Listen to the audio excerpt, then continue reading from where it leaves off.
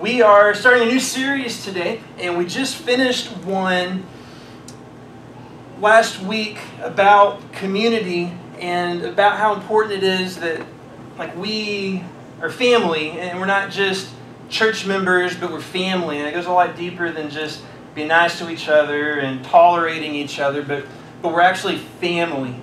God calls the church the family of God. And we're built up together as brothers and sisters to help one another, to grow closer to God, to grow closer to one another as well. And we can't do the Christian life alone. We just can't do that. It's not set up to be an alone kind of thing. Now today, in these next 2 weeks, we're going to be doing kind of a transitional series, and we're going to pick this series actually back up in January, but we're going to do 2 weeks of it now because in October, we're going to be sending out thousands of flyers all around this area, and we're going to be inviting a lot of people to come to church, kind of like we've done in the past. So we might have 20 or 30 or 50 or 100, I don't know. This time, we're not targeting kids, we're just targeting people. And kids will come, but maybe there won't be 80 kids with 50 parents. Maybe it'll be a little more equitable in the ratio for that. But we're going to be inviting a lot of people to our church. And it was really important that we talked about community and about family because people might come for an event, but as we've noticed, they don't stick around for events. They'll come once for an event, but they stick around for life change. They stick around for family. They stick around for relationships. And so it's not enough just to say, hey, we're going to do a really big event. And it's going to be awesome, and everybody's going to have their lives changed that one day, and then we're done. After that, we bring people into the family, but we can't bring them into the family unless we know what the family is, and that's why we did last month's series on where everybody knows your name and about community, how important it is, and what we're going to look at today builds off of that. So I remember having a backup job or a lockup job at a church previously, and it was my job after everybody had left to walk around, check all the doors all around the facility to make sure they were all locked, so that way no one gets in at night, and then surprise, or someone sleeping in a pew or something in the morning. Now that's fine, except when it's nighttime, and you have to go through the old education building that's very old, and it's exactly like you see in TV shows when there's like the scary, coming up. It's like, don't go up the stairs! But then you're going up the stairs and you're like, well, can't you hear the music? Well, no, because it's just a movie. I mean, I don't have a soundtrack. Do you have a soundtrack that follows you around and lets you know exactly? No, I don't either. But so it was that kind of a thing, though. I mean, it's dark, it's scary. I hated doing it, like at night, going through that building, and it's scary, it's freaky. I was alone. Have you ever been alone like that, where you felt like, man, I really wish there's at least one other person here, even if it's a kid? Like I can bring my kids with me, and I'm not scared for some reason. I don't know why. But just having one other person there, do you know what I'm talking about? Like you can sleep at home by yourself if you have kids, but if you're all by yourself, it's crazy. But if you have at least like one kid there, you're okay. I don't know. That's how I am. But being alone, and just imagine like no church family, no friends, nobody there. Like we talked about community last month, no one there to do these 5 things, to be there when we need them to be, to really truly care about us, not just what they can get from us, but they really truly care about who we are. That they dare to take initiative and not wait for us to ask, but they'll take initiative to help us, to be there for us. They share wisdom and they receive wisdom, and then that they help bear our burdens, and we help carry each other's loads. That's community. That's Christian community. That's God's family. But have you ever been alone? Have you ever been without any of that? Without Christian community, without the family, without someone there to say, I got your back. I'm praying for you. I care about you. How are you doing? That way when something tough's going on, that you have somebody. Have you ever been alone?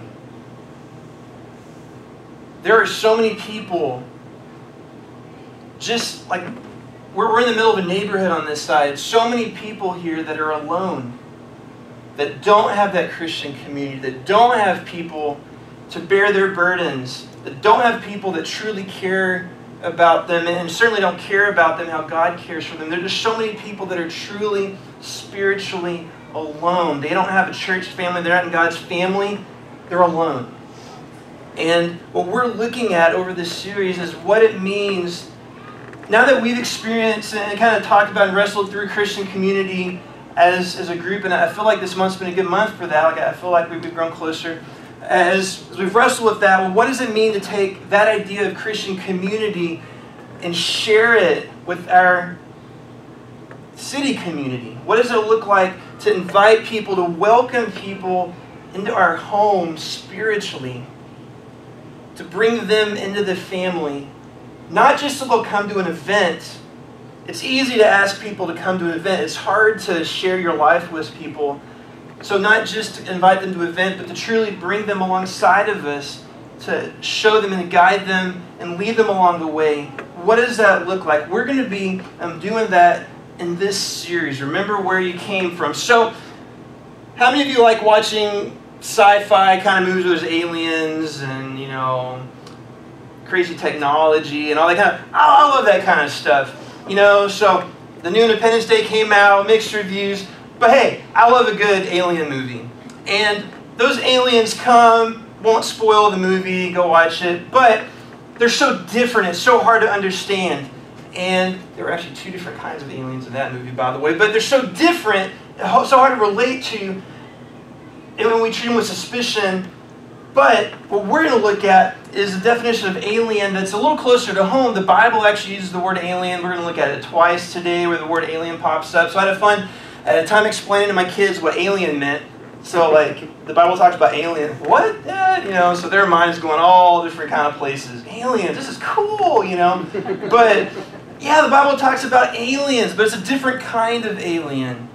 And just like the series is called You Were Aliens, we have to remember that what we're going to be talking about, we came from this place. We all have been at this place in our life, and we need to remember that. That way, when other people come, we won't look down on them. We won't feel like, you know, just brush them off, like stay away from me, I'm kind of fine where I'm at. That we will truly, honestly care about them because we were where they are now. Let's go ahead and read and talk about, well, what does this mean to be aliens? So the main idea for today is that we need to remember where we came from to care for others that are there now. We need to care for the aliens. And if you need to wear your tinfoil hat, you can do that. They'll be okay. They'll understand. So, Ephesians 2:19 says, "So then you are no longer strangers and aliens, but you are fellow citizens with the saints and members of the household of God." So I highlighted, it's kind of hard to see, I made it bold, aliens.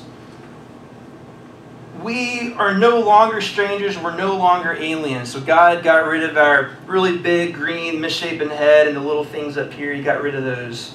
And our 3 fingers, He made them into 5 fingers. And no, I mean, but we used to be aliens. We used to be strangers. So for them, when they use that word alien, and newer versions will just say foreigners, basically they're talking about people from a different country, from a different culture, from a different language, from a different lifestyle. People that are different, that make us uncomfortable. If we're comfortable hanging out with them, they're not alien to us. So if you use it in that way, it makes more sense. But they're just like us. But if they're different from us, then it's alien. Then they're foreigners, they're strange, and it's like, I'm uncomfortable being around this. I don't know what it's like to be around people different than me that don't have my exact same haircut and glasses and awesome beard and all this kind of stuff, right? I don't know what it's like to be around different people. We were different. We were strangers to God. We were not in His family. We were not friends with God. God was actually our enemy. God had condemned us and we were under His wrath. We were not family, but God sent Jesus, made a way. Jesus died on the cross to bring us into His family. And we're no longer aliens. We're no longer strangers. We're a part of the family of God. But we were not always like that. We were strangers. So remember where you came from. Because when we remember where we have come from, then we can care for those people. Because we remember it wasn't that long ago that we were exactly just like them. That we were without hope, that we were alone, that all the things we looked at last series, that we didn't have that God community, that family, that there's people that we could count on, and there's people that would lead us closer to Christ, that we didn't have that. We were alone. We were strangers. We were foreigners. We were aliens. And it's important to remember this because the longer that you're in the church family, the harder it is to remember what it was like. So if you've ever gotten to a point, and really the longer that you are here, the more it's going to be that most of your closer friends will be at the church. It's just natural, and fewer friends you'll have outside the church, like your close friends. The longer you get it, if you're not careful, you will forget what it's like to be like outside this room. Because, you know, and depending on who you work with, maybe you're reminded of it every single day, but like outside of work, you know, if you hang out with church people and you go to church and you do all this, then you've surrounded yourself with a different environment, and we forget what it was like, and we forget how we were. And then you run into someone, like if you've ever been to a reunion. I did not go to my 10-year reunion. I will most likely not go to my 20-year reunion. I've seen too many TV shows about those, and they're weird. So I would be the weird guy there. So I don't want to do that. But the longer you are away from someone, the more everybody's really different. 10 years go by, and everybody who was best friends, now like you're all in a room talking and catching up and trying to one-up each other, but you really don't have much in common anymore. 20 years, like I'm getting close to that, and that's a horrible fact of life. So I'm getting close to 20 years, and even further away, you know, I'm more and more and more different from everybody I hung out with, and I was, you know, just the same as them back then, but I'm not now. You know, we're different. We all go different ways, and the farther and the longer that you're part of the church family, the harder it is to remember what it was like to be like that. So we need to remember, and it's important that you still, just like Jesus, go out in the world and hang out with people and get to know people. It's important to do that, to keep that tie, to be connected, to remember what it's like, to remember where he came from, to care for others that are there now. We were aliens. In Leviticus 19:34, God is speaking through Moses to give the law to the people. This is before they go to the Promised Land, before, you know, Joshua and the Battle of Jericho. It's after the Red Sea, and they cross over and they're delivered from slavery. But in Leviticus 19:34, it says, "The stranger who resides with you shall be to you as the native among you, and you shall love him as yourself, for you were aliens in the land of Egypt. I am the Lord your God." He punctuates that. I am the Lord your God. It's his like statement. You know, listen to this. But the people that were from other cultures that would be there, treat them with respect because they had been aliens. They had come from one country and gone to another country. They were immigrants, right? Treat them with respect. You were aliens in the land of Egypt, and they were aliens in the land of Canaan where they moved.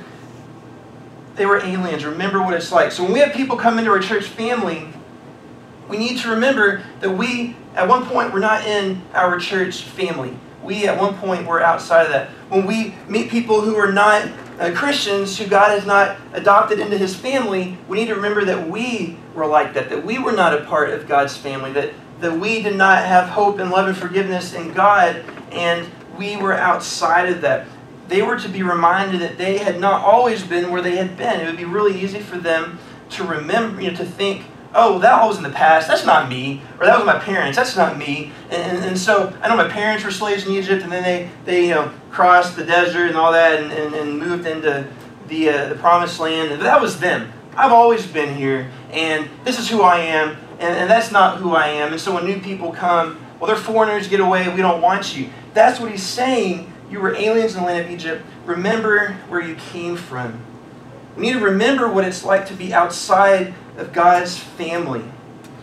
Again, like I mentioned, without that hope, without that forgiveness, without that assurance, without that love, that we have these people, that we talked about in the last series that are there for us, that we didn't have that. Remember what it's like. In 1 Peter 2:10, we're reminded of this. He says, once you were not a people, but now you are God's people. Once you had not received mercy, but now you have received mercy. And so we shouldn't act like we have always been God's people and we have always received mercy. We remember that at one point we were not God's people and we had not received mercy. So we can show mercy to others as God has shown mercy to us. Remember what it's like to be outside the church family. We are, again, about to be inviting a lot of people into our church family again, just to come, just to visit. And it's like, if you think of your home, it's like having a Christmas party and you invite your neighborhood in, they all come and they visit, and you compare like how awesome your Christmas decorations are to theirs, and how many hours it took for you to set them up, and we're all going to start Christmas decorations like next week, so some people will like Christmas Eve throw up a Grinch, and then next day like we're done. But imagine inviting them to your home, or Thanksgiving, or 4th of July if we want to go for other holidays. So we invite them into our family just for a moment, and they get to see how our kids act. They get to see how our house is run and how it works. But that's just a glimpse. All the people that we're going to be inviting are just going to get a glimpse of what it's like to be in the Newbrook Church family, just a glimpse. But some of them will be interested in coming back. Are we going to be welcoming and inviting to them as we are to each other? All that stuff we talked about with community and our church family, and we're in God's family. Are we going to extend that? Are we going to welcome people into our family? These people that don't have a church family. Some of them are not Christians, and number one, they need to accept Christ, and they need God to change their heart, because everything else is meaningless without that. Some of them, though, they are Christians, but they have been disconnected from the family. And it's like they've been orphaned, and they don't have that love and support and community that they used to have. And so they're Christians kind of, fumbling around in life, and they're looking for that sense of inclusion and family. And so are we going to welcome them in? We're going to look at next week, but they might be different. Because as you grow up as a family, and blended families will understand this, as you grow up as a blended family, that you begin to look more and more and more like each other over time. It's just like in a marriage, you have two people that are pretty different, and over time they start looking alike. And so you can look at old people that have been married for 50 or 60 years, and they just look the same.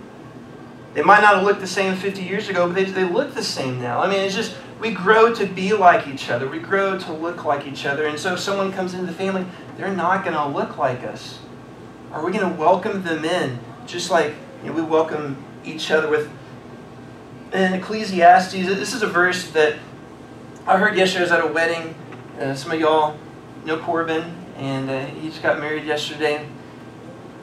They did this deal where sometimes you'll see at weddings, but they tie the three strands together, and it's this symbol that you have the husband and the wife, and then you have God as a core part of that relationship. And these are the verses that are read at that time. And in Ecclesiastes 4:9 through 12, it says, 2 are better than 1, for they have good reward for their toil. For if they fall, one will lift up his fellow. But woe to him who is alone when he falls, and has not another to lift him up. Again, if two lie together, they will keep warm, but how can one keep warm alone? And though a man might prevail against one who is alone, two will withstand him. A threefold cord is not quickly broken, and so that image of the three ropes being tied together is a threefold cord. And so 2 is better than 1, 3 is better than 2, and you have this idea that there's strength in numbers, and we're stronger together than we are apart. 2 people by themselves will fall quicker than 2 people that are together. And people that are not in a church family, 1, if they don't have a relationship with God, 2, if they are a Christian but they're not a part of a church family, that they are alone, and they don't have this threefold cord that's strengthening them, that's helping them, that's picking them up when they fall. And the cool thing is, the majority of us, I was looking down our list of everybody that's a part of our church, the majority of us were not a part of another church family before Newbrook. And that we have been able to reach out and bring people in to our church family, and we grow up together, and we start talking like each other, and we start eating the same kinds of foods and all these kinds of things, and watching Korean dramas and stuff. And so, but we begin to be like each other, and we grow closer as a family. But remember what it was like to visit for the first time. Remember before you were a part of the church family. Remember before you had that sense of inclusion. Remember before you had people that would text you when things are going wrong and just ask if they could help you out. We were between churches and we didn't have a church family, and it was a very lonely time. And we had been helping out. I've been helping out at a couple different churches, and it was great to be able to serve there. But we did not have a church family. It was a very lonely time because we didn't have that Christian community that we longed for. And we have that now. New Brick is that church family for us. There are people that don't have that. And it's my heart that we'll bring people that are far from God to be close to God, the unchurched to feel comfortable being here. We'll also have people that are not a part of a church family that have been saved, but they're just going solo right now, and we're not meant to do that kind of Christianity. It's supposed to be a community thing, and so that we'll be welcoming and inviting them. I really want that. I truly want that, and so God wants that. This is a verse that's really challenging, and Jesus was talking to the crowds, and he had mentioned that he divided, everybody's going to be divided into two people. One had helped Jesus and had prayed for him and been with him, visited him in prison, and give him clothes when he didn't have any clothes, and fed him when he was hungry, and all these kinds of things. And the other group had not done any of those things, and both groups were like, well, when did I ever do that? Or when did I ever not do that for you? And he says, for I was hungry, you gave me food. I was thirsty, you gave me a drink. I was a stranger, and you welcomed me. And it goes on further to say, well, as you've done for the least of these, you've done to me. And it's just this idea that I was a stranger and you welcomed me is the part that I wanted to look at today. That, yeah, if someone didn't have clothes, they need clothes. If someone didn't have food, they need food. But if someone's alone, they need community. And that is just as important. That we have physical needs, but we have relationship needs as well. And those are very valid and those are very important. And being somewhere you don't know anyone can be a very unwelcoming experience. And some of us more naturally can walk into a situation where we don't know anybody and just get to know everybody by the end of it. Others will just kind of stand in the back and wait for someone to say hi. But they might wait for several weeks, and they might really be dragging their heels as they begin to grow in community. So remember what it's like to visit for that first time, because we're about to invite a whole lot of people in to hang out with their family, and it's our hope that people who are near or far from God will be near from God. Now, just a random fun fact: we were aliens, but actually we still are. So that's why y'all are so weird. That's why I'm so weird. It says, "Beloved, I urge you as aliens and strangers to abstain from fleshly lusts which wage war against your soul." We're aliens now from the world. We were aliens to God, now we're aliens to the world. And that's just for free, so y'all are still aliens. So, it's as different as if we were on a different planet. It truly is, with the way that we follow God and live for God. So what do we do?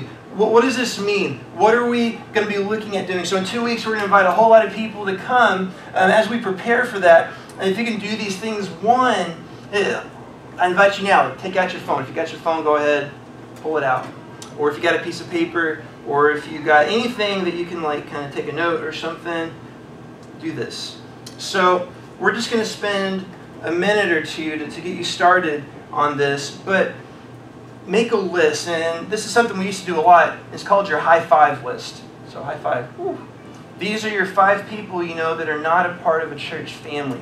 They're very likely not a part of God's family. So they've never become a Christian, but some of them might be a Christian. They're just kind of doing the Lone Ranger thing. Write down 5 people on this list, and it doesn't count if they are a part of a church family. So, these people are people you'll probably know pretty well, and you'll know whether or not they are. But pray for them this week, and pray for them next week.